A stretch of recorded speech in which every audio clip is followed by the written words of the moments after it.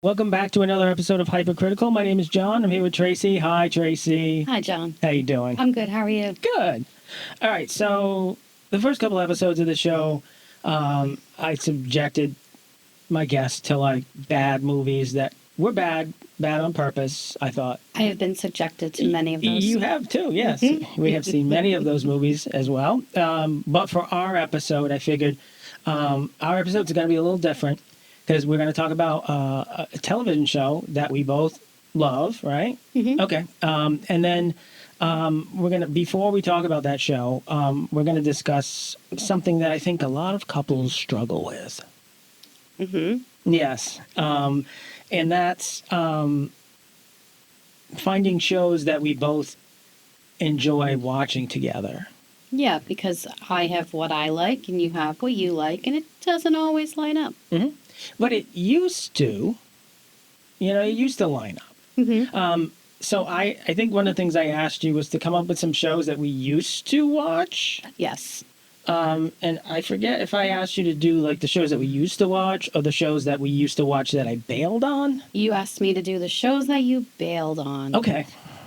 All right. Yeah. So what shows did I bail on that you remember? And I wrote some. I have a couple here. I wrote give ups. Give up. Things I gave up. Gave ups. And then I've got another one that says other give ups. And then I got another one that says more give ups. So I have a few. All right. Well, What I do wasn't able to come up with a lot All right. because I watch a lot of TV. Sure. So, But you got to think of like stuff that we started and then I was like, I'm out. peace. Peace out. So I came up with 4. Okay. Supernatural, Yeah. The Walking Dead, Yep. Stranger Things, Okay. I didn't write that one down, but yeah. and Orange is the New Black. Oh, a good one. Yeah, Mhm. that is a good one. And that Yeah. was a good show. But That was a good show. But I have reasons for walking away from all of those shows. And I can understand those reasons. Yes, you can understand those reasons. Because I think Again. for Supernatural, I wrote, oh yeah, here it is. Supernatural, other give ups. Supernatural. I wrote, you can only kill and unkill characters so many times before nothing means anything anymore. Completely unfair. You know? That's completely unfair. How is that unfair? You need Dean Winchester. Yeah, I know that you need one of the two main characters, but I mean, like they kill people off, and the first time they kill off Bobby, you're like, oh, Bobby's a good character, I like Bobby. But then when he comes back, and then it's like they're just gonna kill him again, and you kill him off again. It's just But to be fair, Bobby never came back. Bobby came back as a ghost, and then Bobby came back as other Bobby. other Bobby. Yeah, I was way out. I was out by then. Yeah, I mean, it was on for like what, 16 years, 6 seasons, 15 seasons. 15 seasons. Yeah. Longest running sci-fi television program in the USA. Oh yeah, I would imagine so. Yeah. You said I gave up on The Walking Dead, You did. and that was justified. Don't you think? I do think it was justified. I'm a Libra. I'm a loyal type of person. Sure. I've got to see things through to the end. Yeah, but I mean, like, at what point?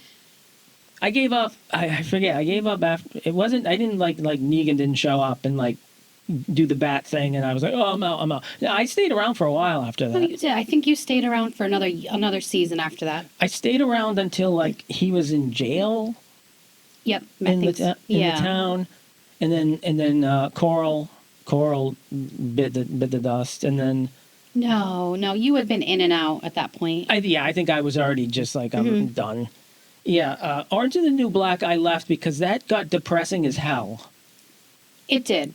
The That last was- season that you watched was probably That was where all the the saddest season. Yeah, that was like things happened in real life, and then like one of the characters gets murdered, and then all of the cops were like Yeah. racist, like insanely racist, and it was just a bummer to watch. just too much for you to watch and It completely was justified. Yeah, it was a bummer. It I was. was just like, I love that show too, Yeah. and I just had to walk away. What did you do when you said? Stranger Things. Yeah, I don't. And it never changed. I don't think. Well, I think the first season it was very like an old Spielberg movie, 80s, Yep. all that stuff, blah blah blah.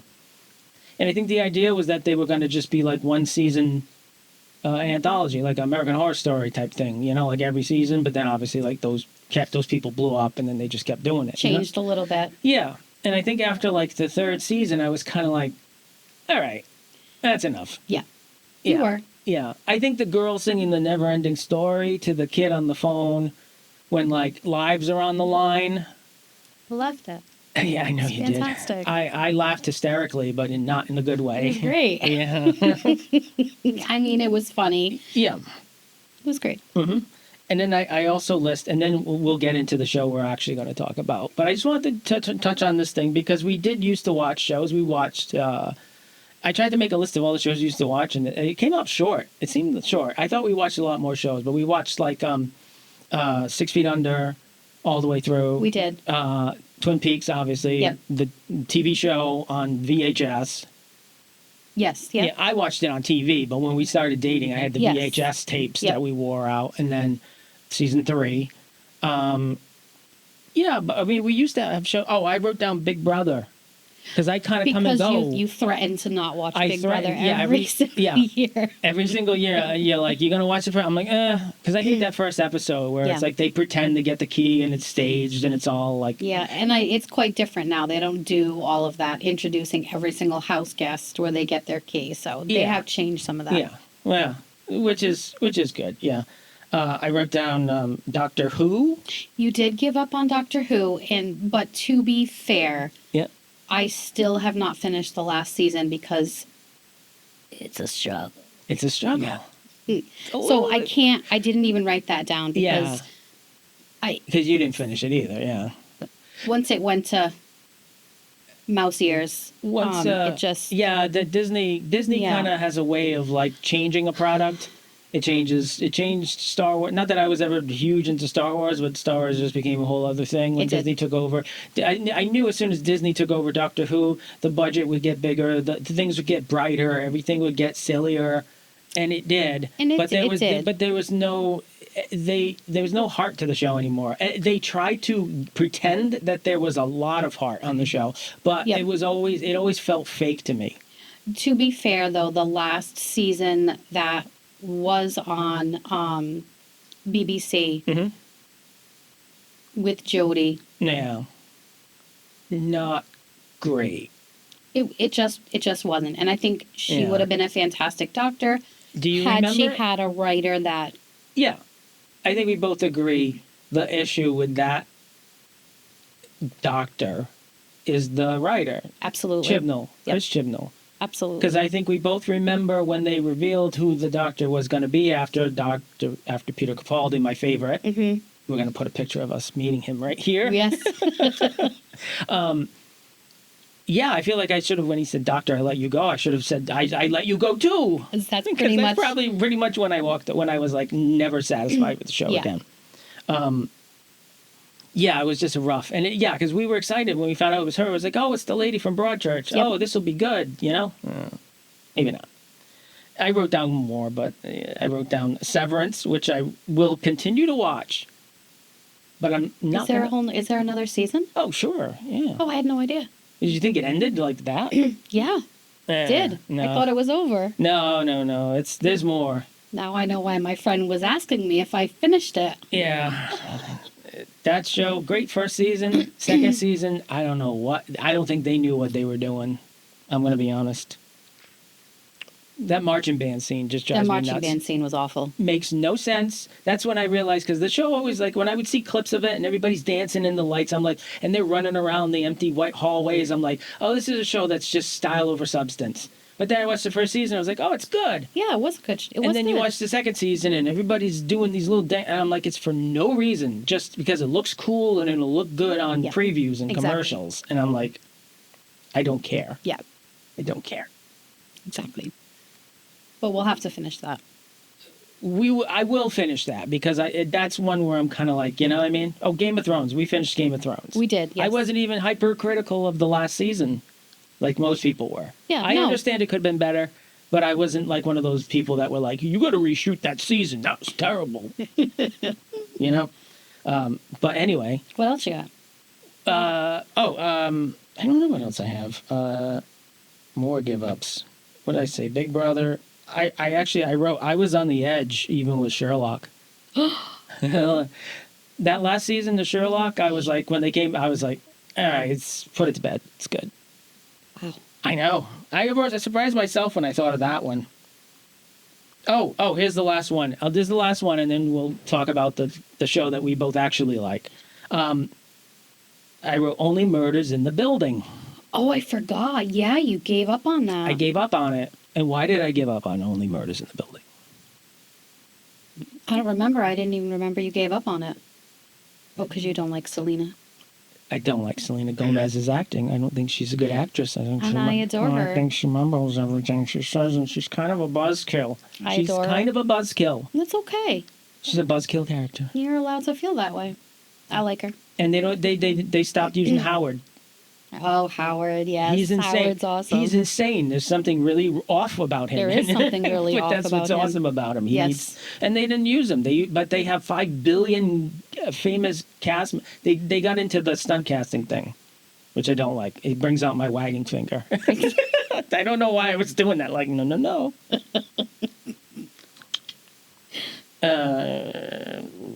Yeah, shows, blah, blah, blah, blah, blah, blah. I was saying, like, we don't watch the same stuff. I said, No. to be fair, you watch a lot of... And I wrote CW crap, but the CW's not even around anymore, right? No, but I mean, I don't necessarily always like my TV shows with real life. So, like, there are some sort of TV shows that I'm just not going to watch. I'm not going to watch Breaking Bad. And I know that it's a phenomenal show. Yeah. I'm just not going to. Well, you should watch Better Call Saul. Better 'Cause Call it's Saul better. I did actually enjoy. It's a lot better. It is a lot better, and I did actually enjoy that. I think they're more morally upstanding people in it. Yeah. Yeah, you Even know, when it's, they're a little devious, but... yeah, I mean there are good shows out there that are just not for me. I want a little fantasy. I want some sci-fi. Sure. I just think a lot of your shows that are like that kind of all run together. Yeah, they're all based off the same sort of universe. Series of YA Vampire novels. Diaries, the originals. Yeah. You like a lot of that? Mhm. I wrote a lot of CW crap, a lot of Netflix crap, and multiple shows of Jason Momoa in the wild wearing a pelt. Yeah. Every time you're watching one, I'm like, is this that? You're like, no, it's a different one. I'm like, how many of these shows can there be? How many shows did he sign for Apple TV and Netflix to be walking around the wild with a pelt? Eye candy, maybe. Eye candy. I guess. I get it. He's a big dude. Whatever. But one of the shows that we actually do watch every single night, pretty much, we have a supper, I get the TV ready. Knots Landing. Knots Landing. Knots Landing. And then a lot of people probably don't even know what the hell that is. I will be honest, I had never, when I was growing up, I was a Dynasty girl. That's what my sisters watched. That's what I watched. Yeah. I still watch Dynasty on Pluto TV. I had never really heard of Knots Landing. And it's actually a fantastic show. It is, yeah. And I found it a couple of years ago. It was on Amazon at the time, right? Yes. That was a lovely time, right? When it was no commercials. No commercials, no bad cuts. no Tubi, no Plex with the commercials where the commercials aren't. So it's all over the place. Yep. But we suck it up and we deal with it every night. We do. So I watched Knots Landing when I was a kid. But I only watched like the last 3 or 4 seasons of it.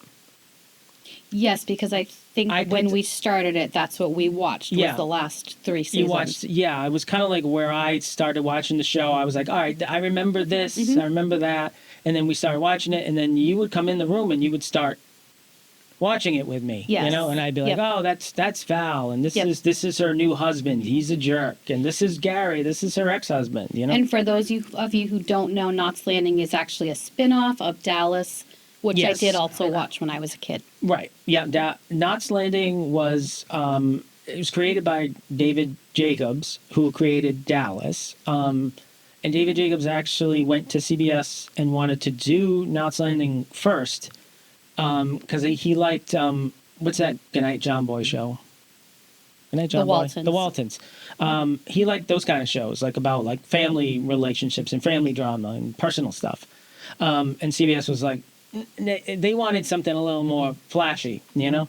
So he did Dallas, and then Dallas was a hit, and he was like, they were like, oh, let's do another show, and he was like, he dusted off that, and he was like, well, how about this? I'll throw a Ewing in it. You know, yeah, and you know what? Like that whole thing doesn't make a whole lot of sense because Dallas is very much like a show about a small family that's running a big business. You know, so that doesn't make any sense to me. Why they would not want that? Yeah, I've never seen Dallas. I've just seen like little bits when you're watching it, or whatever. You know, because when I was a kid, I had an idea of what a soap opera was, like a nighttime soap opera, you know? So, like, I just imagined, because you see the commercials. You know, if you see a commercial for Dynasty, somebody's falling down a staircase every week, or falling over the railing, or two women are slapping each other in a fountain. You know what I mean? I was the first fight scene on Dallas. Is that? I'm pretty sure. I am pretty sure. Yeah, and Knots Landing was a very different show. Very different show. Yeah. So once we watched the last 4 seasons of the show, we started over because I had never seen the early seasons. So we went back to the beginning to 1979, which I looked it up, and because I was like, oh, the show ran from the 70s into the 90s. It actually, the first episode aired December 27th of 1979. Oh. So it was only in the 70s for 1 week. But, I mean, you remember the first season. Yes. Very 70s. Very 70s. A lot of... Loved it. Yeah, a lot of big collars. Yep. Bell bottoms. Yep. A lot of disco music. Yep. Yeah. Loved it. Yeah. Great. Yeah, yeah. And so the first seasons of the show, it was very much just a sort of a episode of the week almost type deal. Yeah, the first couple of seasons were sort of like that, yeah. You know, like the first season, like, you forget how, like, far back in time this is, because, like, Karen is, like, an activist, and she's working for ERA. And I'm like, oh, that wasn't a thing yet. Yeah. Like, the Equal Rights Amendment wasn't a thing yet, you know? It's like, okay, this is a little time capsule. It absolutely is. Going back there, yeah. Yep, you forget the things that we take for granted now that weren't there in 1979. Right. Or 1980 or 1985. Yeah. Yeah. So the first couple of seasons are like family drama, whatever, you know. And then it starts with there's four households. Mm-hmm. They live on a cul-de-sac, which is one of those little like circular roundabouts, you know. Circular neighborhood. Yeah. And in the first season, you have Karen and Sid. Karen is she a housewife in the first season? At that point, yes, Karen is a housewife. Karen is a housewife. But let me just stop you there. For those of you who remember, cul-de-sacs are awful. There's only one way in and one way out. Yep. Exactly. Her husband Sid, slightly older than her. A little bit older than her. There's an age difference. He's an older guy. Owns Knots Landing Motors. They have 3 kids: Eric, Michael, and Diana. There's 4 kids. 4 kids. Oh yeah, that's right. Because Sid has a daughter named Karen Allen. The actress Karen. I don't know her name. Her name is Annie. Annie. Oh, yeah. Annie. Right. Annie. Yeah. Pilot episode of the show. Yep. Sid has a daughter, Annie, played by Karen Allen, famous for the Indiana Jones. Indiana Jones, yep. She played Marion. Marion Ravenwood. Lots of different things. But then she's never, ever seen again. No, she just... You know, which is also like when... Because in the first episode, Gary Ewing, one of the Ewings from Dallas, and his new wife, Valine, they moved to Knots Landing because their family wants to help set them up in a new place. His brother, Bobby Ewing, Patrick Duffy, brings them over. So they live next door to Mac and Karen and Sid. Jumping ahead. And Val is a housewife too, I think, at the beginning. Val is a housewife. Yep. But she goes to school. Very much a small town girl. She does start school. Yeah. And Gary is a once and future alcoholic. Mm-hmm. Gets a job at the Knots Landing Motors. On the other side of the street, you have Richard and Laura Avery, Yep. the unhappy couple. And we can get into the two of them because they're a pair. Those two. They are a pair. Yep. And then somewhere along the lines, I think it was when I asked you to watch all the different credit sequences for the show. Yep. Is when the credit sequence for the first season came up, I was like, oh yeah. I liked that one. Mm-hmm. Yeah. That was a good, yeah. But also, oh yeah, that other house was there.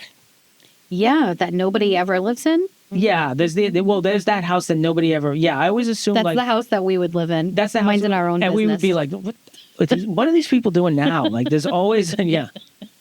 But the other house down the end, the very 70s house, is where Kenny and Ginger live. Anyway, moving on.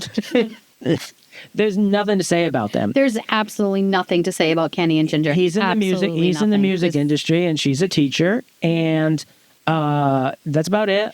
Until she quits being a teacher because she wants to be a singer because everybody in the show wants to be a singer at some point.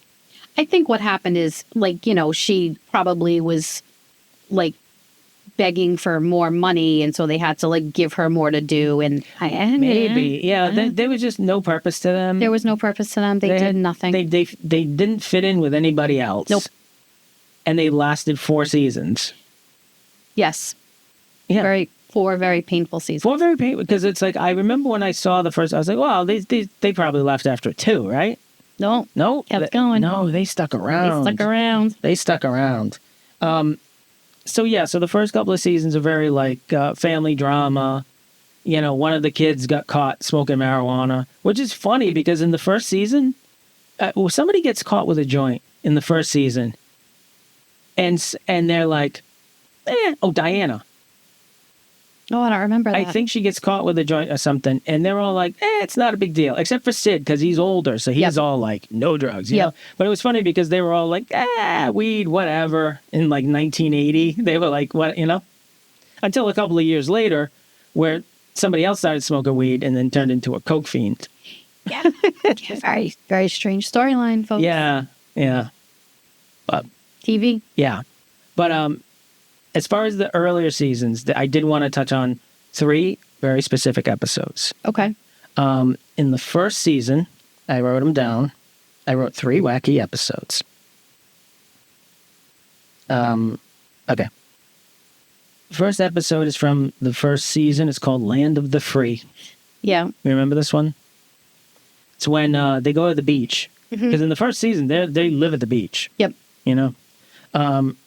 A biker gang, folks, comes and terrorizes the beach. Yep. But not the beach. They just terrorize the people that live on Seaview Circle. They just terrorize them. Yep. They step onto the beach, and then it cuts, and the motorcycles are like circling around them. Yeah. They're terrorizing them at home. Eric and Michael are riding their bikes, and then they fall because they like a video game. They put oil slicks. Yep. They oiled the ground, and then they drove. They didn't see it, and they drove into it. Yep. Yeah. And the episode ends with them kidnapping the eldest daughter, Diana, and all of the men running down to the beach and picking a kid and beating them up. Except for Richard, that got stuck with the girl, so he kind of just chased her around a little bit because Richard's the loser, so he has to get embarrassed, Season 2, the episode's called Moment of Truth. Moment of Truth is when there was a what do you call it when you're having a baby? Shower. Baby shower for Ginger. Mm-hmm. And for some reason, we got armed robbers take Laura's house hostage. Take all the women at Laura's house hostage. Yep. Seemed like once a year, the SWAT team would converge on Seaview Circle and have to do something. Yep. Yep. Pretty much. And I never really figured out what they robbed or why, after they robbed what they robbed, why would they just go into a suburban neighborhood and just pick a random house. It's not even the first house in the road. It's like the second or third house down. Yep. You know, it's like those after school special shows. Yeah. You know, it was like a very special episode. Yeah. And they never made any sense. No, it didn't make any sense. But you did say the funniest line ever I've ever heard you say when we're watching TV. When the SWAT team, when everybody, I think somebody, one of the women had a gun, like Abby had a gun. She had gotten control of a gun. And then all the women were standing there and everybody's pointing the guns at them. And then the SWAT team bursts in and they're like, everybody get down. And they just sort of collapse to the ground. And you go, Andy's coming. That's right. Because it looked exactly like exactly it like looked that. exactly like in Toy Story when they just go bloop. They just drop to the ground. And then the last one, and then I'll have some questions for you. The last one was an episode in season 3 called The Three Sisters. Do you remember The Three Sisters? Is that the haunted house? The haunted house one, yeah. Yeah, I remember the Three Sisters. Yeah. Yeah. Very odd episode. Very odd episode. I don't understand what the point of that episode was. I don't know why Abby was there. No. It was a very strange episode. It was very strange because it was almost like Val is a little unhinged, little unwell, maybe.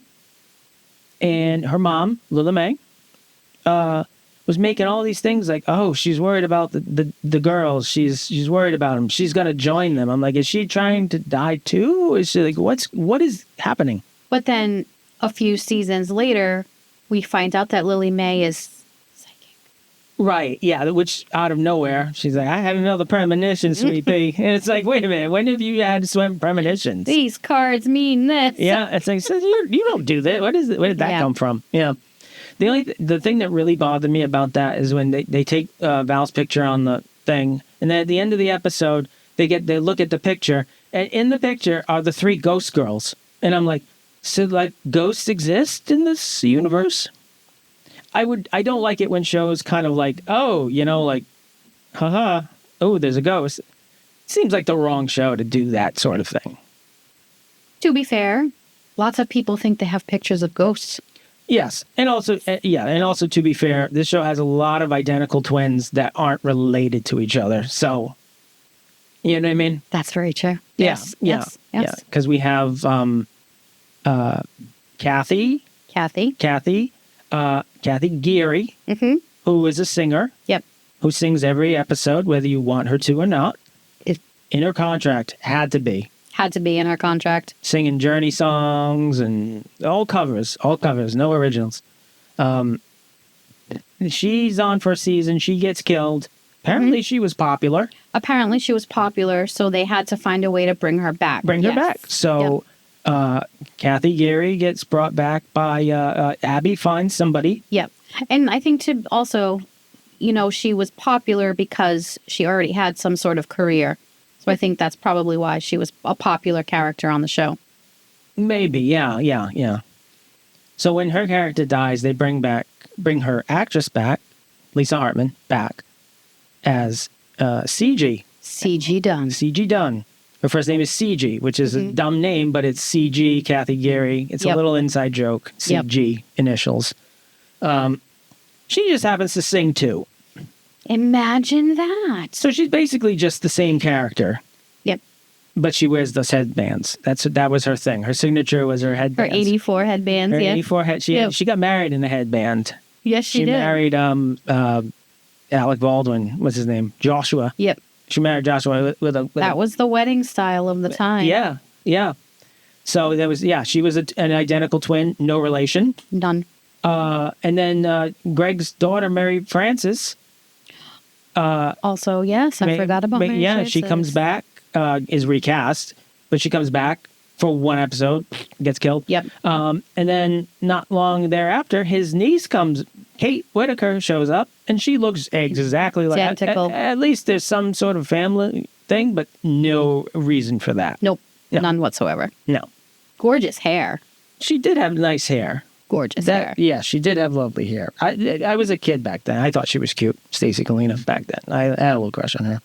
So I have some questions for you about the show. And I told you, I was going to ask you some questions. I think I gave you a list of like... You did. Okay. What did I ask you? You asked me for my favorite characters and my least favorite characters. Right. So that was the first thing I have here on my list. Okay. So I think that the better way to do this is to do... If we do our favorite characters and then our favorite character and then work down for the 2 and the 3. Okay. Because, and I know this doesn't matter to the people listening, but I already know who your number 1 is and you already know who my number 1 is. So it's not going to be any surprise. I think it'll be more interesting to find out what the number 2s and 3s are. Yeah. All right. So I'll start with your number 1. Who is your number 1?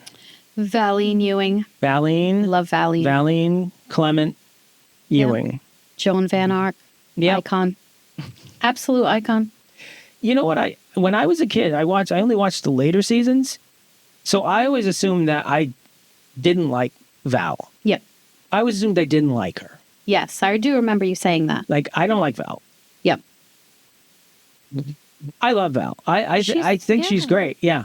But when I was a kid, it was those last couple of seasons. And in the last season, she's not even in it. Yep. But the season before that was a tough season. Was the bad season, season 13. Yep. Everybody universally agrees that season 13 is the worst one, and I agree wholeheartedly.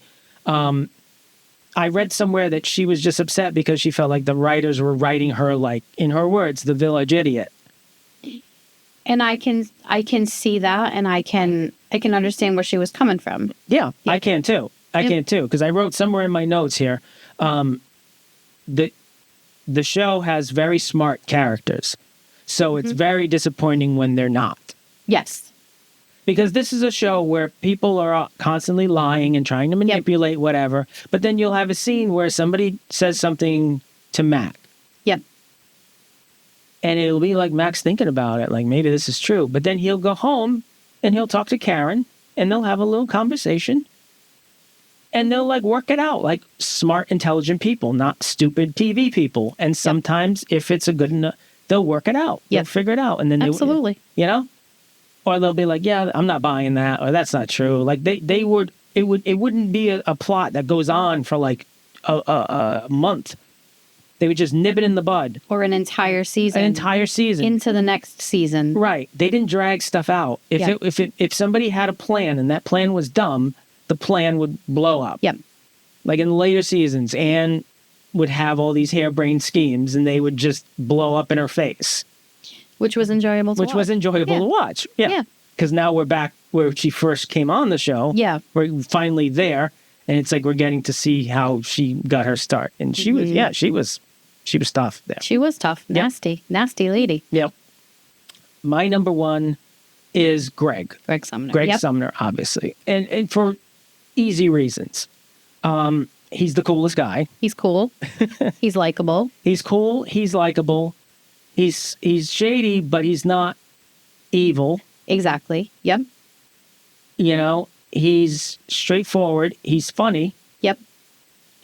He's charming. Agreed. And he terrified the writers, and he pretty much would write it. He would rewrite the stuff the way he would want it. He made that character his own. Yeah. And he is, I would say he's the best actor on the show. Very good actor, yeah. Yeah, I would say out of everybody, he's probably the best actor on the show. So yeah, I always thought he was just the coolest. I was like, yeah, he's my favorite character. So when he showed, when we were watching the earlier seasons, I'm like, yeah. Season 5, like when's it getting here? When's it getting here? Yeah. So the 2 and 3, that's where I'm interested. Who's your second? I think my second favorite, honestly, and I thought a lot about this, is actually Richard Avery. Richard Avery, interesting. I really enjoyed Richard, and I felt really bad for Richard in the last season that he was on. He made some mistakes. Yeah. Maybe he deserved the treatment that his wife gave him. But I feel like he really did try to make amends, and he was trying to be the person that he wanted to be and not the person everyone else wanted him to be. Yes. And I really feel like he got the shaft. Yeah. I agree with that because I had him as a tie for my number 3. Yep. Because I always was told that Laura was just awesome. We're on season 8. We're at the end of season 8. Spoilers, she dies in season 9. We know all the plots already. We already know. So Yep. I love spoilers. Yeah, I'm you not love afraid spoilers. of spoilers. There's a few things. Like, I don't know when Jill and Peter leave the show or why, but like, because they're still on right now. But like, I know the broad strokes of everything. But yeah, I always assumed that like Richard was just going to be the stock asshole husband, Which he wasn't. which he was at the beginning. He had some... At the beginning, when you gotta like first introduce the character and use those broad strokes, he's gonna be the slimy jerk. You know, he definitely had the tendencies of a husband in that era that thought you had to be a certain way. Yeah, but he tried. He did. And his wife did not always help. No, not at all. You know? I mean, even when he got a new job at a different law firm, I mean, all they did was use him to get hookers. Yeah, they basically didn't respect his lawyering. They never even gave him a chance. No, and then so he felt like useless, you know, and then he goes home and he feels useless, and it's like, yeah, I had a lot of sympathy for him, and I think a lot had to do with the way he was portrayed. Yes, you know, I agree. 100%. John Plachette, I really love. I didn't realize I was going to love his character as much as I did. Yep, he was great. I loved him. Yeah, I miss him. When he left, when Ginger and Kenny left, he left too at the same... I think he left an episode earlier. Well, they all just kind of poofed. Yeah. At least he got to like get out of the car and look and do the nod and leave. They just sort of like had a conversation on the beach, like, let's go do something. And then nobody ever mentioned them ever again. Never, ever again. Yeah, and it didn't matter. So that's my number 2. That's your number 2? My number 2 is Mac, Marion Patrick McKenzie. Okay. Yeah. I can see that. Because he's the kind of guy, like, he reminds me of me in the sense that he's like, hey, everything's cool, there's not a problem. But as soon as something goes wrong, it's like, oh, what the hell? Can't handle it. Yeah. Yep, that Irish temper. He's got the Irish temper. Yep. You know, he's very passionate. But he also can be like the relaxed, like, hey... Everything's fine. Everything's good. Don't worry about it. Don't worry. We got We got it. Yep. I'll fake a death. I've done it 2 or 3 times. I got a and I won't tell the spouse of the person that's dead. And they always forgive him. They do. They do. I mean, he's Mac. What are you going to do? Yeah, he's doing his best. Who's your number 3? Well, I said my number 3 was a tie, and it was a tie between Richard and Val. Okay. Because I was like going through everybody, and I was like, because there are people that I like. You know what I mean? Like there are people that I like. Like I like Anne. You know, I even like Claudia. A lot of people don't like Claudia. Late season, Claudia Whitaker, Greg's sister that nobody ever knew about. She's a little divisive, but... Claudia is actually my number 3. She's your number 3? She's my number 3. I love her. I think she's great. Because I feel like she portrayed her character as motivated for what she wanted to happen. Yes. She was conniving, she lied, she manipulated. But it wasn't in an evil way. You know, it wasn't done. She did some, at the beginning, when she first came on, she did some evil stuff. With her son, set him up. Oh, yeah. Yeah, everybody. Yeah. Well, but see, that's the thing, is I think they made her a little too evil at the beginning, but they liked her, so like they kind of had to like, back away from it. Yeah, they kind of had to walk away from that, walk that back a little bit. But other than that, and she didn't get him killed, but I mean, she just tried to get him put in jail. She got him put in jail. Yeah. But I like Claudia too. I like Claudia. Yeah, so she was on the bubble, but I was thinking about it, and I'm like, whenever I watch the show, when we watch the show, what I like about the show and the fact that we watch it is that we can watch it, and when people do stuff, we can talk to the TV, we can talk to each other, you know? Like when we were watching that episode last night, and, or the one before it, and Mac is over Anne's house, and she's trying to flirt with him, whatever. And then he goes home and he's all like lovey-dovey with Karen. And I'm like, and you're like, what? And I'm like, he's all horned up. Yep. And you're like, what? I said, why is he all horned up? And I'm like, because he was just over there and Ann's getting his blood going. Yep. I said, Karen's going to pick up on it.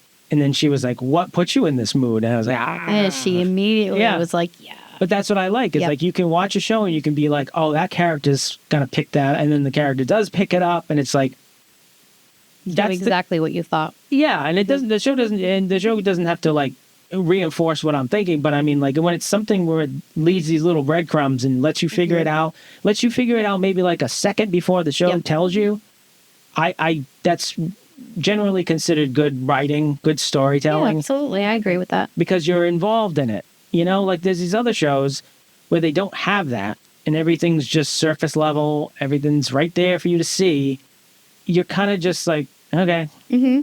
You're not really engaged in it. Yes. You know? But I mean, I think you just brought up a good point where Karen picked up on that right away. Yeah. And you also asked me about my least favorite storylines. Yes. And my least favorite storylines, I have a couple. Yep. But the biggest one is anytime the actress Michelle Lee, who is phenomenal. Yes. And I love Karen. Yeah. Has to play dumb. Yeah. Because she's not dumb. Yeah. She's not. Right. It's almost hard for her to not have that look like she sees through your bullshit. Like she's just got that. Yeah, absolutely. So anytime, like the kidnapping storyline. Yeah. And I understand that she's a different person after her husband Sid died. Yeah. And so, things are going to probably affect her a little bit more. There's some PTSD involved. Yeah. But anytime she legitimately just has to act like she doesn't know what's going on immediately. Yeah. Is annoying. It is because you're like, come on. You know she knows what's going on immediately. Yeah. Every other situation, she's like, her brain's working. Yeah. She's working overtime. Yes. Like the season where I forget what was even happening because we watched it like 2 years ago at this point where she leaves with Meg.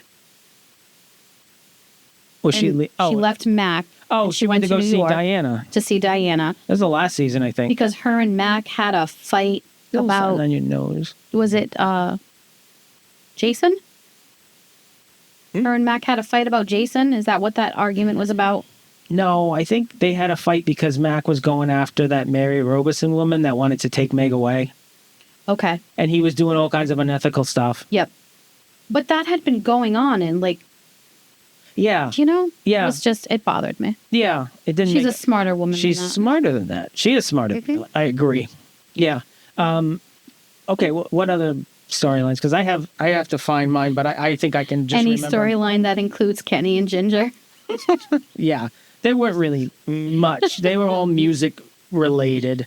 Yep. One of mine was just basically like, I wrote the time Gary blew up that building.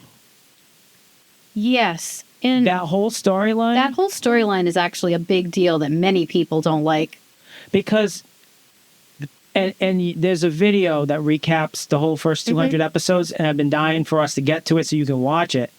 But there's a part where it goes, Gary blows up a building, blows up a government, secret government something or other. Because it was basically like, nobody understood that plot. Nobody, and that was why I asked in the question, like, or a plot where it seemed like the writers were just like, never, just give up, just never mind. Yeah, I mean, the whole Empire Valley thing, it was a valuable property. Then it was being used for this secret Big Brother operation. Yeah. And then it was a toxic waste dump.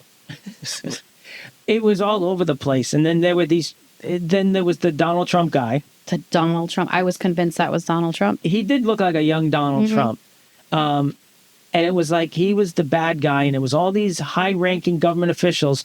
But then the Donald Trump guy gets in a limo with Gary, and he's like, I'm a double A. I want you to be a spy for them. Oh, he didn't tell him to be a spy, but Gary really wanted to be a spy.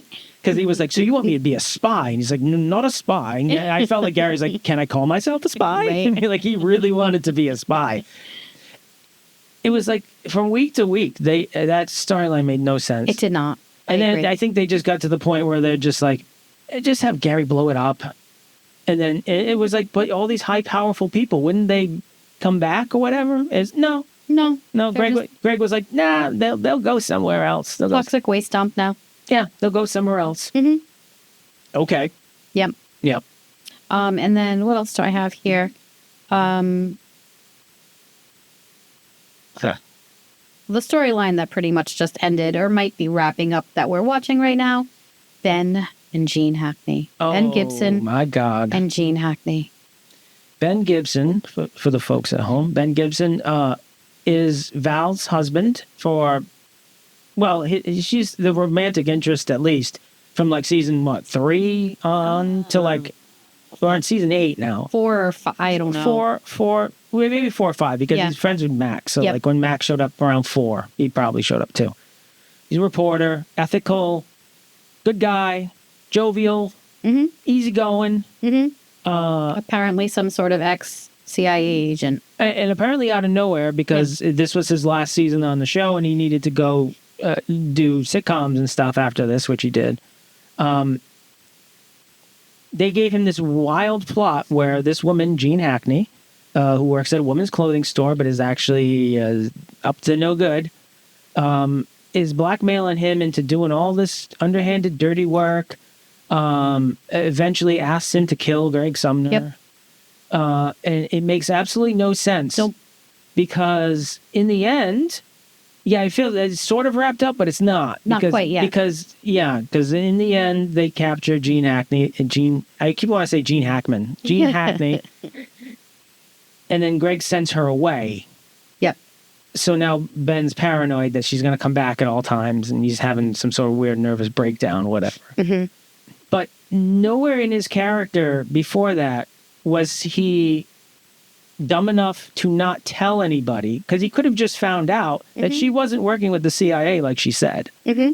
She was telling him, like, oh, well, you were part of a group that blew up a building and somebody died because of that, and I can blackmail you for that. Well, remember, Mac tried to wrap that up and show in the flashback that he talked to the other CIA agent, and he didn't confirm nor deny it. I don't know. Yeah, it made no sense. Yeah. And as a catch-all for the bad storylines, I just basically said anything in season 13. Anything in season 13. What happened in season 13? We had Tidal Energy, Gary's last great business failure. Right? Tidal Energy lost all of his money, lost the ranch, lost it all. I mean, I love Gary. I love Gary's character. Yeah. Ted Shackelford. Yeah. Love you. But there's probably a reason the Ewings didn't give you oil money in the beginning. Yeah, like he's just not good at business. That's why Ellie just bought them a house. Yeah, she just bought him a house on the other side of the country and was like, go, go have West Fork. Yep. And just do your thing over there because oil business ain't for you. No. Yeah, season 13, Anne is homeless for like 48 hours. And then she runs. I didn't realize that because I remember when that happened and she got kicked out and she was homeless. I remember it being a lot longer. But then when you watch the show, it's like from last season into the next season, it's the same day. Yeah. And then it's like she gets kicked out of a diner or something. Yep. And then she runs into Benny, her old friend Benny, which is another storyline that sucked. And it was like, oh, she's only like homeless for like a day. And how did she even know Benny? Yeah, like some scumbag photographer guy. Like she's like a socialite. She's this rich socialite, classy woman, supposedly. And she knows this lowlife guy. Yeah, it doesn't make sense. He was a poor man's Nick Scalacci. Everybody knows who Nick Scalacci is. Everybody loved Nick. That's why Nick was her partner in crime before. Yeah. And after Benny went away, Nick came back because they're like, Benny Appleman sucks. Yep, he did. Yeah. You had Alex Barth. Remember Alex Barth? He was the creepy young guy that slept with everybody. Slept with Claudia, Kate. He was living in Kate's house. Yep. He had that picture of the mom. Yep. He played from Days of Our Lives. He played the guy that was married to Carly. Don't know. Oh, man. Alamein. Lawrence Alamein. Oh, okay. Yeah. I was in the Days of Our Lives guy, except for the Devil Possession. Everybody Yeah. watched the Devil Everybody Possession. watched Marlene. Everybody get watched possessed that. by the devil. Yeah. Just that season in general was just like that season. Actually, like the David Jacobs like shut the show down. Like That's the same season where Val hit her head, and then no, or was that season 12? that was 12, I think, Okay. where she hits her head and starts acting goofy. I actually kind of thought that was kind of funny because she's a good comedic actress. So Yes. she actually She did well. She does well. Yeah. I think watching it the second time, watching it the first time, I'm like, is this got to be a serious thing? Because she's playing it very broadly. But that was silly too. But yeah, that whole 13th season, they had to stop in the middle and just be like, let's reset because this ain't working. Yep. You know, they had new producers. All the producers that wrote the seasons before that, they went off to do another show called Homeland. So they were all gone. Yep. And as somebody that watches the credits and looks at the names, it's like, oh, where did Lynn Marie Latham's name go? Where did Bernard Lekowitz go? Who's John Romano? Who's this guy? Who's Joe Hardy? Like, and then when they left, their names left, I was like, oh, they must have been the problem. Them too. True. And then they brought back people that used to be out in the show, you know?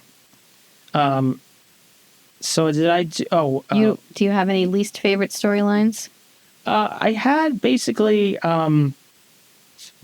I just basically had like anytime Gary's bad at business. Anytime Gary's bad at business, yeah. No, I didn't really come up with anything for that. I thought I did, but I'm having a little bit of an issue with my notes, like where my notes are. I'm usually more organized, so I'm going to find it all later. Let's talk about, we'll do least favorite characters. Okay, yeah. Yeah. Let's do least favorite characters, then we'll jump to something else. Yeah. Who are your least favorite characters? You can do them in any order. You want me to just give them all to you? Yeah, just give them all. Abby, Laura, Ginger, and Kenny. And CG. CG/Kathy. So, Abby. You don't like Abby. I don't like Abby. Here's the only thing I don't like, and I told you this about like Abby. She's not one-dimensional. She's just mostly one-dimensional. Mostly one-dimensional. Yeah, I think that sums it up. Yeah, Donna Mills. Yep. Lovely woman. Absolutely lovely woman. Yep. And she's great as that character. She is, absolutely. She's fantastic. But it did seem at some point where, like in the early years, like she just always got her way. Everything went her way. If she was in trouble, she would always be at the right place to overhear the conversation, to get the blackmail that she needed. Yep. Like, you know what I mean? Always find somebody else's husband to help her. Yep. And then there was like one season where it was just her and Greg having the same conversation. Like, you can't do that because if you do that, I'll tell them I know this. And if you do that, I'll tell them I know that. And that kind of storyline really annoys me because it's kind of cliche and it's annoying, whatever. I mean, I think mostly, and obviously she's a great actress, but she portrayed a very petty person. And I don't like petty, so I think that's probably why. Yeah. Every time I see Abby's face, I'm like, yeah. What's she up to now? Yeah. But I know, like when I see her, I don't go, you know? But but you know what? Laura, for a lot of years, Laura with Greg is kind of like, all right. Because I feel like he kind of like pushes back on her dynamic and Yes. And she pushes back on him more than I ever saw anybody really do either. I agree with that. You know what I mean? Yeah. Like Paige would argue with him, but like not in the same way. Yep. You know, so like Laura's gotten better, but I still don't. I don't like her. I just don't like her. And I really thought I would. And again, a very lovely woman in real life. She's a absolutely. I think she lives in the state. I think she lives around here.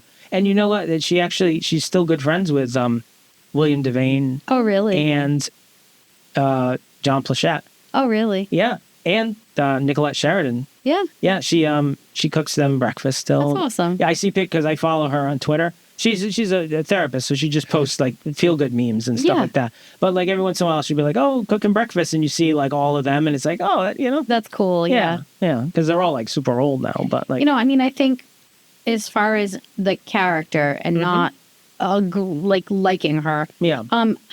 She just like turns. Yeah. And that, well, You that's, know? yeah, there's a lot of things. Like, she's constantly, she's supposed to be like super close with Karen, Yep. but she's never there for Karen when she's going through something.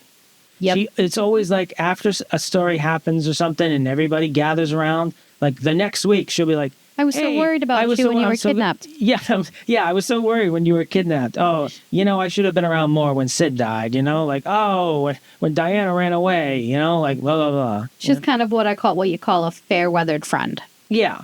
Right. Fair-weathered or Yeah. fair-feathered. No, Fairweather's right. Fair-weathered. Yeah. Yeah. Yeah. So she's yeah. one of my least favorites. Yeah.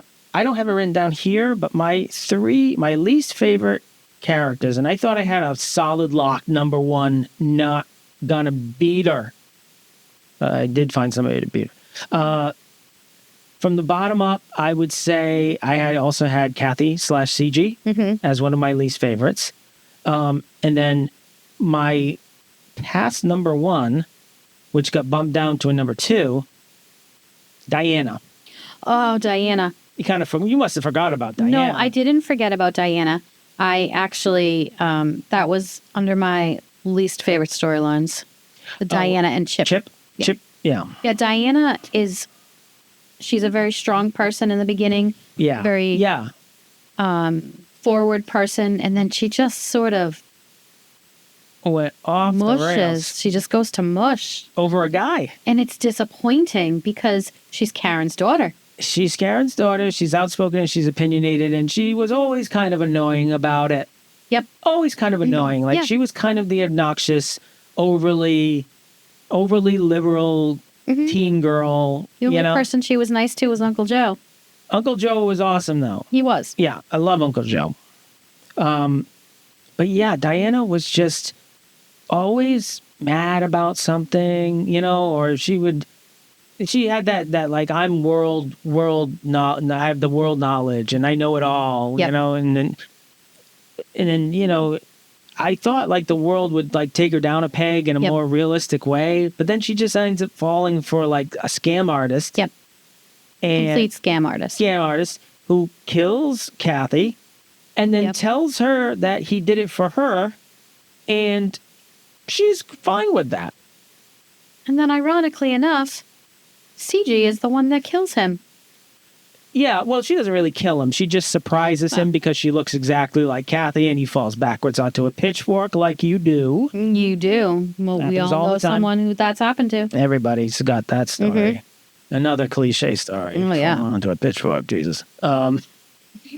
So, yeah, Diana always, like when, we were saying this the other day, like when Karen had to get that bullet removed, when Yep. Laura Palmer's mom shot her. Yep. She had to get that bullet removed, and it was a 50-50 operation just like Sid's. And as we all know, Sid is still dead. I love Sid, but he's dead. He's dead. He's still dead. He's still dead.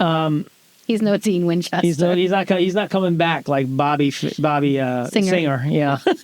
Bobby Fischer, the chess player. Just so you guys know, I watch Supernatural on repeat every day. So, So I know a lot about love me Supernatural. Supernatural. Yeah.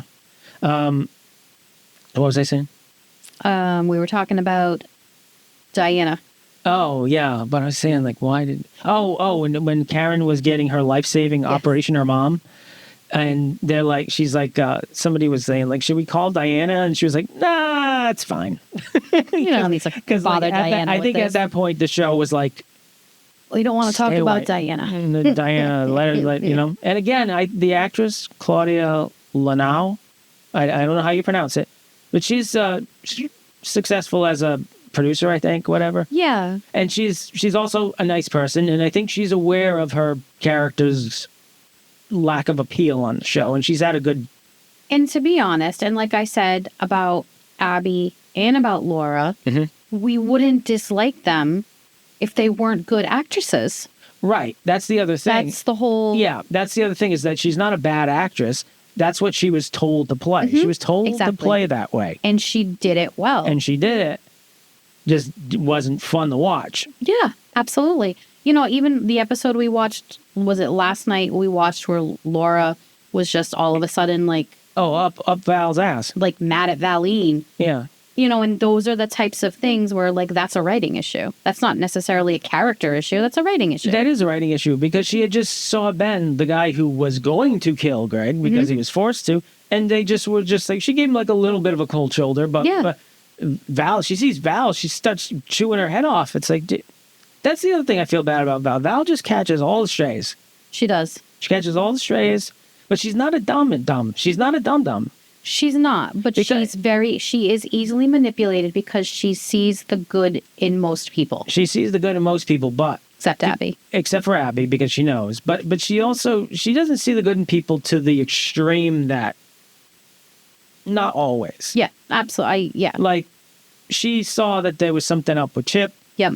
She saw there was something up with Joshua. Yep. And Lila Mae didn't want to hear it. She just doesn't show her cards. Right. Which is smart. You never want to show all of your cards. Right. And speaking of characters that can be annoying, but you can still like them, I love Lily Mae. Oh, Lily Mae's great. I love Lily Mae. Yeah. Lily Mae is Val's mom. Mm-hmm. She left her as a child left her family to go be a musician. Yep. And when she came back, she had a little auto harp, and she's always playing her auto harp and playing all these old timey songs, and everybody on the show kind of just humors her, she's nosy, and she's kind of like a pain in the neck and a nuisance at times, but I love her. She's hilarious. She's great. She's hilarious. She is. Yeah. She's amazing. And I don't know a lot about Julie Harris, but I know she's a legendary actress, stage, all that stuff. Yep. So I'm sure this isn't just the only character she can play. She probably can play all kinds of types. I imagine. Yeah. So I always thought I like Lily. Love her. She's great. Yeah. So, but my least favorite character that's worse than Diana, you have to go back. You have to go to the later seasons again. Okay, where are we going? We're going last 2 seasons. Okay. We're going, we might not even remember, Vanessa Hunt. Oh my God. I forgot about her. Felicity Waterman, I think is her name. I just remember that she looked like the Spice Girl. Which one? The one that married David Beckham. Oh, Victoria. Victoria Beckham. Yeah. Victoria Beckham. Posh. Posh. I believe that's Posh Spice. Posh Spice, yes. Yeah, and she was hired, obviously, to be the hot young thing. She was, but then they sort of took that character and they turned it into some sort of... She was doing too much of the bombshell, like, oh, hello, everything was so breathy and so sexual and sensual. Yep. And it was like, so not what the show is, and also, That was the 90s. That was the 90s. That was the 90s because there was like a lot of saxophone. So anytime she's on the screen, there's like saxophone kicks. Yep. Yeah. Yeah, forgot about her. She was the worst. Yeah, she was. She couldn't act. No. She couldn't act. She was just pretty. She just banged everybody. Who did she end up being friends with? She was friends with Kate. Kate, okay. But then she slept with Alex. Yep. And then Alex slept with everybody. And then she kind of hooked up with Nick when they were like trying to wrap up the show, and they were trying to like, yes, all right, everybody's kind of connected. Yes. Yeah, because they worked for that bad guy, the big bad guy for the final season that was in like 2 episodes and was whatever. That was technically Abby. That was technically Abby. I still don't understand that. I don't get it either. I don't understand that either, but they just had to get her back for the last 2 episodes for the finale, But yeah, so those are my least favorite characters. But basically what I wanted to talk about with this show is that I always tell my friends, I love Knots Landing. I tell people, and people are always like, because they don't understand. And this is one of those shows where you can't get people to watch it. Yep. You're never going to get somebody to watch it. Sometimes one of my supervisors should be like, oh, I need something to watch. What should I watch? So, I know what she likes. But like one of her like main things is that her and her husband don't like the same things, and I'm like, just pick an old show and watch it. Yeah. Because that's what we don't like the same things most of the time. Not anymore. But if you pick, you pick a new show, pick a show that maybe you're interested in, a show that you used to watch, and you just kind of rewatch it, and it's fun. It's a good time. Yeah. Yeah. Because, I mean, we haven't even seen the whole show. No. Full disclosure, 14 seasons. We started in season 11. I picked up where I started when I was a kid, went to 14, then we went back to season 1. Yep. We are at the end of season 8 right now, so we haven't seen any of 9 or 10. So we got two seasons. We still don't know what happens. Even though we know some things. Yes. You know? I know some things. You know sometimes some things I don't know either, yeah. But, yeah, I would never tell somebody, like, watch it. It's a little slow for the first 3 seasons, but it really picks up. It's like, you can talk about it, Yeah.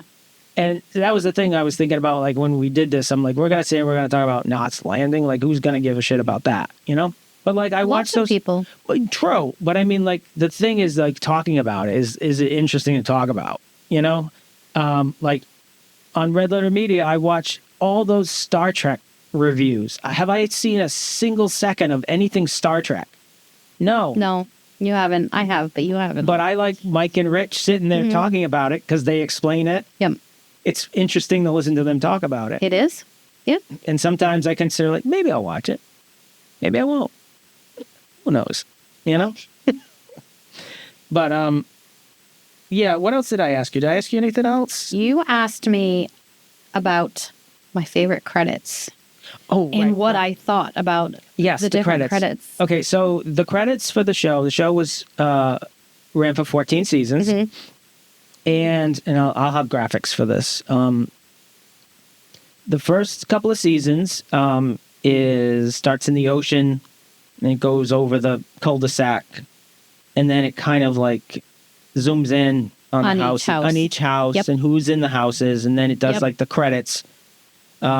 It's like the cul-de-sac little thing. It's cut out. It's kind of like, it reminds me of like a Love Boat intro.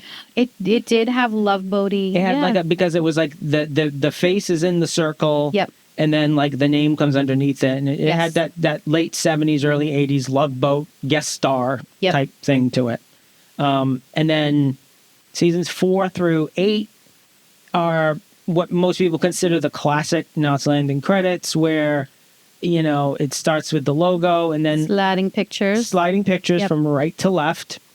I don't think a lot of shows did that.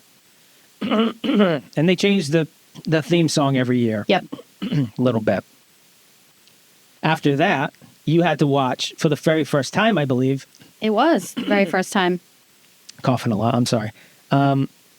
Season 9, and I had seen it because I had watched like YouTube videos of like what the credit sequences are for the show. Season 9 of Knots Landing is... do you describe it? Go ahead. I describe it as being very, I think it's Young and the Restless. And I didn't watch Young and the Restless, but it's very Young and the Restless. Very abstract art. Yes, abstract art. Picture, and then they turn to the camera, or sometimes they're too embarrassed to turn to the camera. A couple of them wouldn't even look. And they just go, freeze frame. Awful. I watched that one, and because it starts out and it's like saxophone, and it's like you're seeing like this abstract painting up close, and you're seeing all this little waves and stuff. Why are there mountains? It's not anything. That painting isn't. It pulls back. It's not anything. It's not anything. It's just an abstract. Yeah.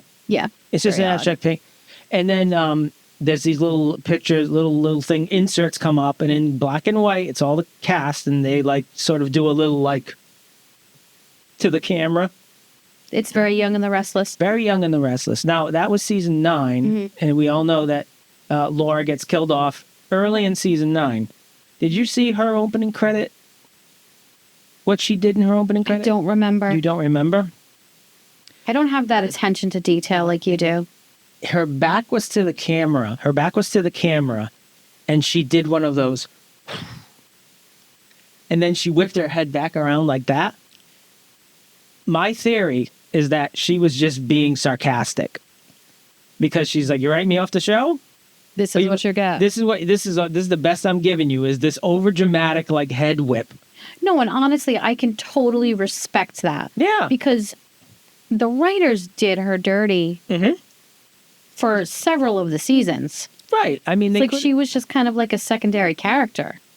She was. Which, She really was. you know, She could have had more things to do. She should have had more things to do. They could have been very easily used her, you know? You know, I mean, her kids disappeared for like, what, a season and a half? Yeah, I wrote that down too. I have that written down here. I wrote down the... Where's Jason? Where's Jason? I always never remember the other one's name. Daniel. Daniel, only because Richard named a restaurant after him. I wrote Milk Carton Kids. Milk Carton Kids. So I wrote, because this show has a habit of like, some kids can exist, and other kids are just like never around. No. So I put the Forgotten Children. I put Jason, obviously Jason, Laura and Richard's children, Jason and Daniel. Yep. Jason starts out the show as a young boy. We're in season 8. He's still a young boy. He's still only aged like 2 years. Meanwhile, Olivia's going to be in college, I think. I know. But he's still the same age. Yep. And then Daniel. Now, Olivia, Abby. Olivia got a little more screen time this last 2 seasons. Yeah, she got a little more screen time because I think when she was like a kid actor, you could kind of tell she could actually act. Yes. So it was like, all right, we'll give her stuff to do. And then as she got older, she could still act. So they gave her, you know. But what did I say every episode? Where is Brian? Where is Brian? Yeah, Brian's the other milk carton kid that I have here. Her brother, Brian. And Brian's been recast like 17 times. Yep. He's currently Brian Austin Green from 90210. He is. David Silver. David Silver. Yeah, thank you. So I put Forgotten Children. I put Mary Frances because she was Greg's daughter was Mary Frances. She was played by that other actress. Daniel Brisebois. I know it. Why not say it? I'm like, nobody's going to know who that is. I'm like, whatever. I have these names in my head. Karen Allen from The Plot. Yep. Annie. Yep. Kenny and Ginger had a baby. Did you remember that? Oh, yeah. What was her name? Jessica? No. No. Erin Molly. Erin Molly. Yeah, I forgot about that. Yep. Yeah, so I have all these like forgotten children. Yeah, they disappear. Bobby and Betsy stick around. They're always there. It's never like they're not around. But there are certain children. So yeah, because there was one episode where Laura was spending time with Jason, and I'm like, this has to be a plot point. There has to be a reason why she's spending time with her kid. There's still been no notice of Daniel lately. No, there hasn't. That's true. Yeah, since they moved into the ranch. Yep. Yeah. Yes, I wanted to like her too, but I just couldn't. I just can't do it. I can't bring myself to do it. All right, so just want to see if there's anything else I didn't go over before we can wrap it up. When I was watching the credits, and we've discussed this before, that I'm a credits psychopath. Like I know when things happen. And I noticed this way back when we were watching like the later seasons. In the later seasons, there's a comedy duo in that Sumner group. Yeah. Bob and Mort. They were great. Yeah. Because Mort was the slimy, slimy guy. Yeah. And Mort was the, Bob. Was the nice guy. Yeah. The gentle soul. Right? Yeah. And then there's one episode where Carlos, everybody loves Carlos. Everybody loves Carlos. Carlos, everybody loves Carlos. Everybody Greg's loves butler. Peggy. Max. These Max characters secretary. these characters that have no plots, but they've been there forever. Yep. You're like, you love them. Carlos comes over to Greg and Claudia, and he goes, "You have a message from Mr. Tuber." And he goes, "Who the hell is that?" Yes. And Claudia goes, "It's Mort, like the guy that works for you." And he goes, "Mort's last name is Tuber?" And what did I say? I said, That's the name of the editor. Yes, you did. Yep. Yep. Because when the show ends, you see all the credits. Mm-hmm. You see the editor. And since season 1, the editor was Morton Tuber. Morton Tuber. Yep. And when it wasn't Morton Tuber, it was Bob. Robert Morton, I think. So Bob and Mort were named after the editors. Yeah, there you go. That's pretty cool. Little things that I noticed like that. Pretty cool. Yep. You do notice weird stuff. I do notice weird stuff, but also I think I notice stuff that nobody cares about. So I try to keep it to myself, but I don't always. Because a lot of times I'll tell you something, and what do you say?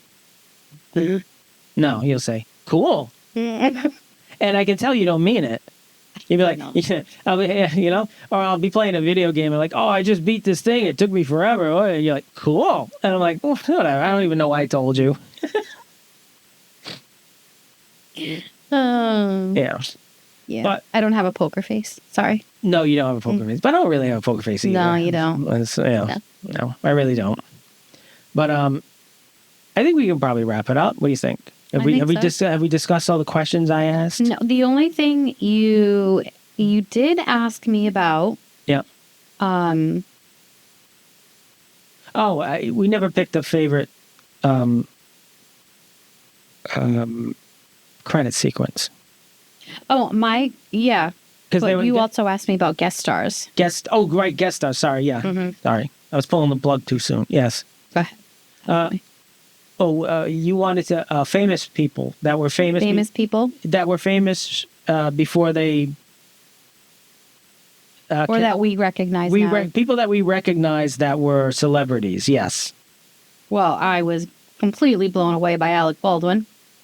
Yo, you didn't know Alec Baldwin was on the show? Yep. I knew Peter Reckle was in it. He hasn't shown up yet, though. He has not shown up yet, but I knew he was in it. He's from Days of Our Lives? Spoilers. Yes, Days of Our Lives. Yeah. He played Bo Brady.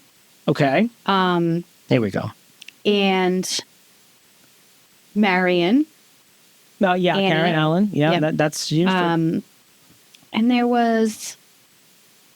I thought some guy was Donald Trump. It wasn't Donald Trump. Yeah, he looked like him. But Ben Gibson looks like a young Jimmy Stewart. And I'm like, oh, it's fake Jimmy Stewart. Fake Jimmy Stewart, yeah. And speaking of characters that I really like, I really did like Ben. I kind of just never trusted him, I got to be honest. You know, I always trusted him. I always trusted him until last season he disappointed me. Yeah. I just never trusted him. I always thought I wanted to like him. I didn't think I was gonna like him. And I did mostly. I always had a vibe that I wasn't gonna like him, and then I was like, oh, he's all right. Like he's always gonna be the guy. He's gonna be the guy that's married to the woman that's always gonna be in love with the other guy. Yeah. And I'm like, he doesn't stand a chance. Whatever, I get that. That's fine. But like, I might have initially just been like, he's up to something or he's not right because we watched the season with Valine's other husband, Danny Waleska. Yes, Danny Waleska. Supervillain. Yeah, he was the worst. He was the worst. I don't even think I can watch that part of the show again because he was just so bad. Yeah. And then Julie drowned him in the tub. Was it Julie that drowned him in the tub? Julie closed the sliding door on his hands. That's right. And then he was drunk. He was drunk, and then he fell in the pool. That's right. Yeah. Yeah, he was not a good guy. Because the detectives, Pam Grier. Yes. And Stan Spornak, Dorothy Spornak's husband from Golden Girls. I forgot about that. Yeah, they always had cool detectives. They did. Until the later seasons where anytime a crime was committed, Tom Ryan would be the only cop in town that would do everything. But now Tom Ryan is somebody too. He's Joseph Guillen. He was mildly popular. Oh, but he was probably in soap operas that I watched. Probably, yeah. He was. I liked him. I thought of all the people that Paige went out with, he was probably the best choice. But also, he always seemed like he was never going to be the one. Yeah. So it was like he was always going to be the second fiddle, like the Ben to Gary type guy. Yeah. As far as famous people that I noticed in the show, you'll remember them when I say it. Wasn't Eric Stoltz at one of the parties? You are correct. Mm-hmm. You are correct. I believe the daughter was friends with Helen Hunt. Helen Hunt. Yep. Yep. Gary was out at Lotus Point or Empire Valley or one of those salad dressings that they own, and Billy Bob Thornton drove up in a truck. Oh yes. And he was total Billy Bob Thornton too in the role. Yes. Like he's doing Billy Bob Thornton. Yeah, absolutely. Yeah, I forgot. Yeah. Lucille Bluth, Jessica Walters from Arrested Development. And I know who she is. She was the fashion lady, Karen's old friend that Diana thought was just the best. That was the episode that they it was a bad transfer and the video was really crappy. Yep, I remember that. Yeah, Lucille Bluth. That's right. Yep. A couple of Twin Peaks people. We just saw Dana Ashbrook, Bobby Briggs, selling drugs to high school kids as always. Gotta love that Bobby Briggs. Yep. Sarah Palmer was the Russian gangster. Yep. That shoots Karen. Grace Zabriskie is her name. And then there are all those older actors that get lots of older actors that get the special guest appearance. You know, I don't remember their names, but I know Ava Gardner was on the show. Yep. You know, she was the mom. Yep. The lady, she's not that famous, but the lady that played Sylvia Lean. Yep. She got like a special guest, whatever. Yeah, I think she was pretty famous when she was younger. Yeah, she was good. I liked her. She was like a good salty old lady. Yeah. I liked her. Ruth Roman. Yeah. She was in a movie that they did on Best of the Worst, The Baby. That was really a really weird, disturbing movie, and she was the mom in that. And every time I say it, it makes me laugh. And the only other thing I have written down here is that the show always was a very progressive show. Yeah, I agree with that. Yeah. Like I told you, like when I was a kid, and this isn't like not to get into politics because that's like one of my two rules on the show is like no politics and no talking about certain personal things. But when I was a kid growing up, it did like to see a show that would do that kind of stuff. Mm-hmm. It was different because they did have their like cheesy, very special episodes once in a while. They did, and they would get a little preachy, and it would be like, all right, yeah. But there was also a lot of stuff that they would deal with where it was kind of like they were really cool about it. And you know what I mean? Like if people would have political conversations, it wouldn't be like one side was the straw man and this side is the side the writers clearly want to win. Yeah. You know? Because the writers they were all like liberal Democrats, whatever, but like they wrote everybody as like having their opinions but they felt real. Because that's how I think it was back then too. Yeah, it wasn't people with the most broad opinions screaming them the loudest. It was just people, you know, like Richard would have an opinion and you wouldn't agree with it, but like his character would be like, I can see why he has that opinion. Yeah, absolutely. You know? Yeah. I always thought that was, and that's why when I watch a show now and it has like the writing's not there when it comes to that stuff, I get real critical. But we have a very, very, very different political climate. Oh, of course we do. So, yeah. And I just wish, I wish shows would like rise above certain things and stop trying to make the real on the nose point about certain things.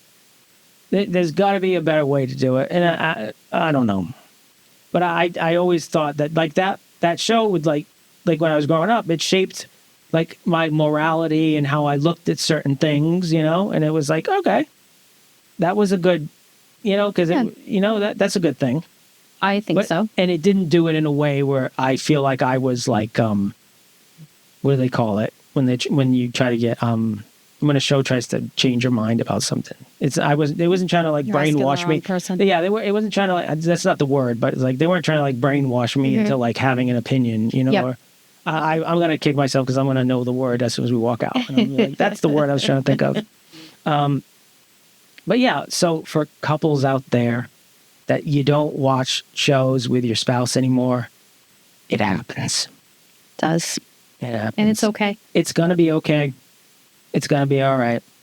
You know, you'll find another show.